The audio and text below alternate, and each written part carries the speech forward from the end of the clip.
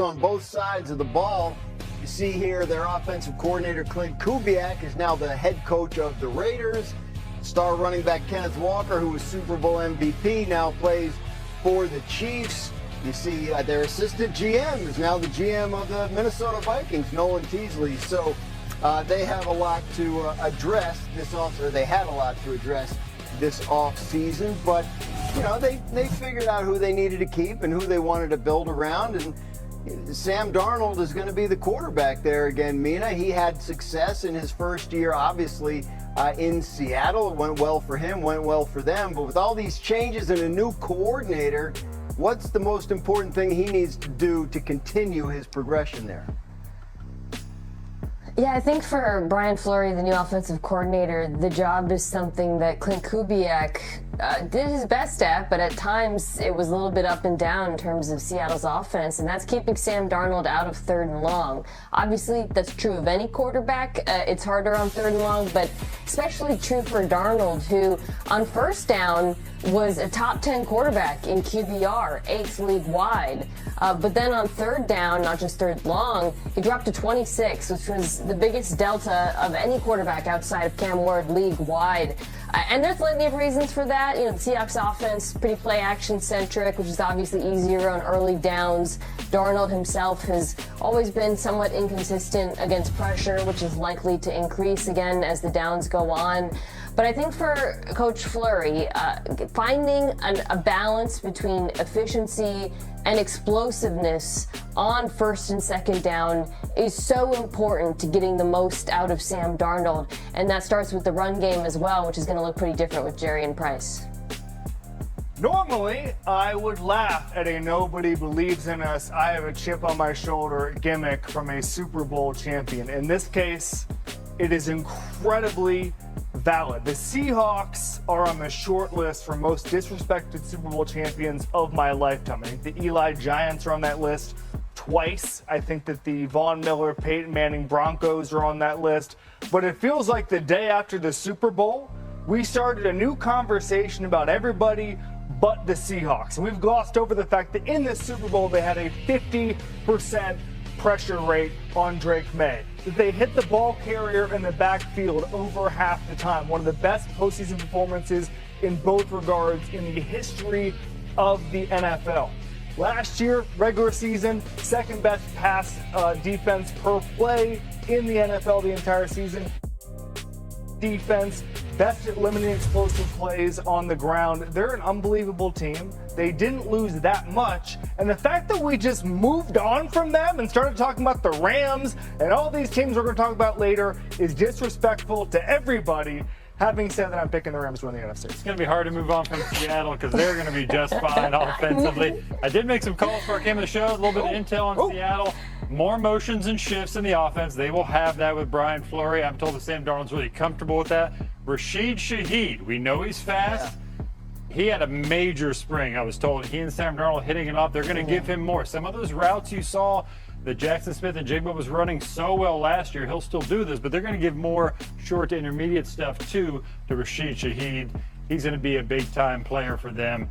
They feel comfortable. Those tight ends are going to be moving all around with the motion that they're going to be doing. That's the thing. We talk about who they lost, but they made a point to keep certain guys, Rashid Shaheed among them. Seahawks veterans report to training camp exactly 4 weeks from today on July 24th. That just feels sooner than I expected it to. Let's get to some top stories around the NFL as we get closer to training camps. Jeremy, what do you got in that notebook? Let's start with Brandon Ayuk, who will probably post an IG story at some point in the next 20 to 30 seconds as I'm posting this here, but he has not applied for reinstatement because he's on the left squad list for the 49ers. He has to send a formal letter to Commissioner Goodell. Hasn't happened as far as I know. Hasn't gotten any clarity as to when he's going to be cut or traded, released, whatever, but teams consider him untradeable at this point. So he wants to go to Washington. That's clear. I'm told the Commanders are going to wait to sign any receiver. Bijan Robinson, he's going to be the next name most likely to crack the bank at running back. The Atlanta Falcons are paying players right now. Drake London paid. Kyle Pitts paid. Robinson, they hope to pay. They're motivated. No deal imminent yet, but they have been talking. Watch for Jahmyr Gibbs in Detroit, too. There's going to be some major money spent for guys who could be making over $20 million per year in that market when it's all said and done. And then finally, you have quarterbacks getting healthy. You see Bo Nix there. Several guys were beat up this spring, coming back from injuries. Daniel Jones, you see him on the Achilles tear. I'm told he expects to be doing 11-man work when they get back to camp.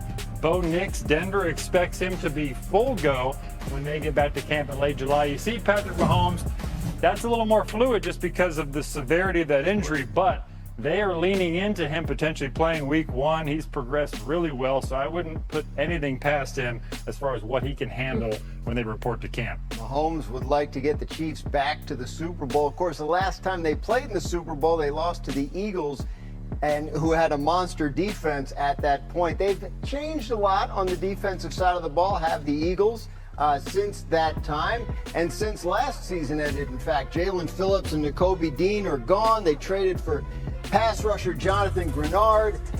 So a little turnover there on that side of the ball. But All-Pro linebacker Zach Bond is still there, and he recently spoke about his expectations for Vic Fangio's new look defense as they head into 2026.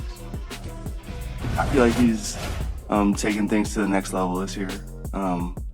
In terms of, he knows we're comfortable, and he knows we know our scheme, and what he knows us, and he knows what we're capable of. Even within his own scheme, he continues to develop and tweak and change, and that's what Vic is. He's a hard-nosed, old-school football coach that, if you're willing to learn and listen to what he has to say, it could be really good for you, and I think it's been really good for this defense. Yeah, but we've talked so much this offseason about the Eagles' offense. Yeah. A.J. Brown getting traded, Jalen Hurts on the hot seat, et cetera, et cetera. Not much focus on the defense. Do you agree with what Zach Bond had to say about it? Absolutely. They're one of the highest floor units in the entire league. Bond himself, one of the most productive off-ball linebackers there is in this league. Quinyon Mitchell, one of the best cornerbacks, period. Last year, best separation from receivers in all of football, lowest catch rate for receivers in all of football when he was the closest defender. So you're seeing Vic Fangio, who, by the way, invented modern defense. He's still there with a bunch of talented guys. The one guy I'd like to see a little more from, Jalen Carter last year. He had a career low in double teams faced, and yet had a career low in getting to the quarterback. I'd like to see a little more from him in a huge year, obviously. It is a high floor unit. We talk about the offense because they're so high variable, but this defense has to be good for them to compete. I'm super high on the Eagles defense being as good as they were last season. I think it's going to be important too, because with so many changes in offense, it might take a little bit of time, right, for the new offense with Sean Mannion as a coordinator to click, and the defense can hold them up during that period early in the season. The biggest weakness last year on the Eagles defense was that second cornerback position. They addressed it, adding Tariq Woolen, who I think is going to get his hands on a lot of footballs. The loss of Jalen Phillips, I know they wanted to re-sign him after trading for him. That's a big deal, but I do think Jonathan Grenard is a comparable player. And then one player who I'm really interested in watching this season and optimistic about is Jihad Campbell, who was their first-round draft pick last year. Didn't get to play a lot because Nakobe Dean took so many reps as a starter there. But when he did play, I think you saw flashes of why he went in the first round. The athleticism, the coverage ability, the playmaking.